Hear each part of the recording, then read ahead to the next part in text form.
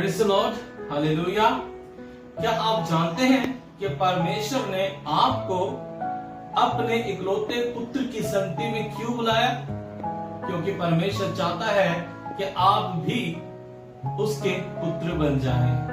परमेश्वर आपको अपना बेटा, अपनी बेटी बनाना चाहता है।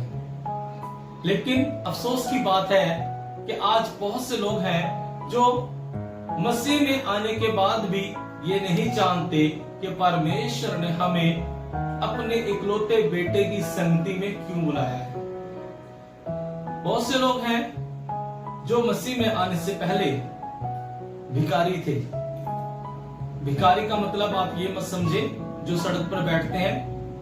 भिखारी का मतलब है कि सिर्फ मांगने वाले,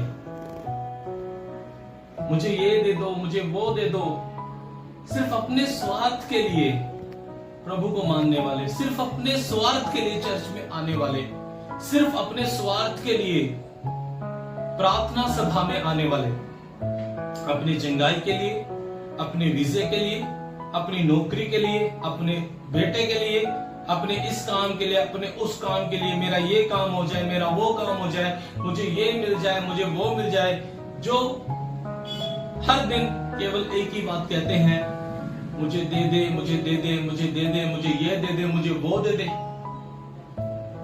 भिखारी और बेटे के अंदर एक बहुत बड़ा अंतर होता है मेरे प्रिय। परमेश्वर ने आपको बेटे बनने के लिए बुलाया अपने पास, भिखारी बनने के लिए नहीं बुलाया। बेटा अपने बाप के घर का अधिकारी होता है और भिखारी तो भिखारी ही होता है। भिखारी कभी भी अधिकारी नहीं होता है, लेकिन बेटा अपने पिता के घर का अधिकारी है। स्वर्ग राज्य के वारिस हैं वो लोग जो आत्मा के चलाए चलते हैं। रोमियो 8:14 में लिखा है कि जो आत्मा के चलाए चलते हैं वही परमेश्वर के पुत्र हैं। मेरे प्रियो, बेटा कभी भी अपने बाप के नाम को नीचे नहीं होने देता। बेटा हमेशा इस बात का ध्यान रखता है कि मेरे पिता का नाम नीचे नहीं होना चाहिए। बेटा अपने पिता के साथ बैठता है, बैठकर अपने पिता के साथ समय व्यतीत करता है। बेटा अपने पिता की सेवा करता है बिना किसी स्वार्थ के, बिना किसी लालच के, क्योंकि बेटे के अंदर अपने पिता के लिए प्रेम है। बेटा अपने पिता से प्रेम करता है, इसलिए वो अपने पिता की सेवा करता है। जो असली परमेश्वर का बेटा है वो परमेश्वर की सेवा करेगा, बिना किसी स्वार्थ के परमेश्वर की सेवा करेगा, उसके सुसमाचार का प्रचार करेगा, उसके अच्छे कामों को करेगा जो परमेश्वर ने उसको करने के लिए आज्ञा दी है। उन भले कामों को वो व्यक्ति करेगा और बिना किसी स्वार्थ के करेगा। बेटा अपने पिता के साथ बैठता है और अपने पिता के काम में हाथ बटाता है।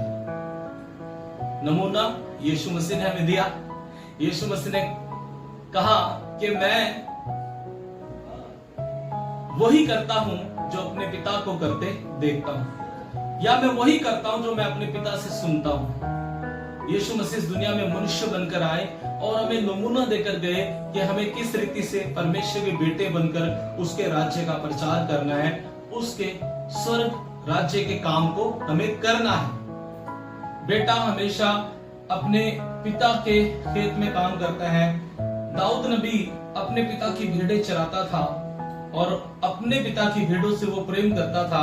एक बार भालू आ गया, उसने भालू को मार दिया। एक बार शेर आ गया, उसने शेर को मार दिया और मेमने को शेर के मुंह से छुड़ा लिया, भालू के पंजे से मेमने को छुड़ा लिया। मेरे प्रियो, यह काम दाऊद ने अपनी शक्ति से नहीं, लेकिन उस पिता का आत्मा, परमेश्वर का आत्मा दाऊद के ऊपर आता था जो उसे बल देता था, शक्ति देता था। जब आप अपने उस स्वर्गीय पिता से प्रेम करेंगे और उसके काम को करने के लिए आप तैयार होंगे, मैं आपको बताना चाहता हूं पवित्र आत्मा बड़े जोर से ऊपर उतर आएगा।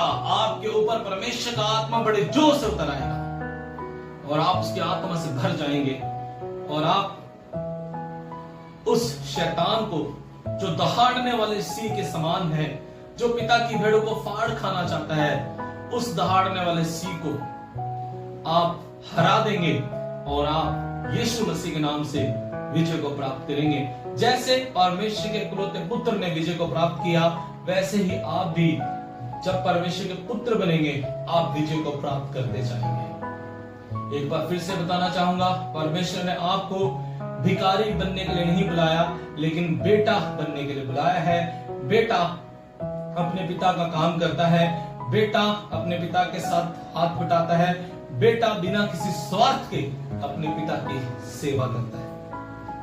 बेटा कभी अपने बाप को नीचे नहीं होने देता, अपने बाप के नाम को कभी नीचे नहीं होने देता। बेटा हमेशा अपने पिता के नाम को ऊंचा करता है, वही सच्चा बेटा कहलाता है। इन वचनों के द्वारा परमेश्वर आप सबको आशीष दे। मसीह में आप सभी का भाई पास्टर राजेश मखवाना आप सभी को जय मसीह।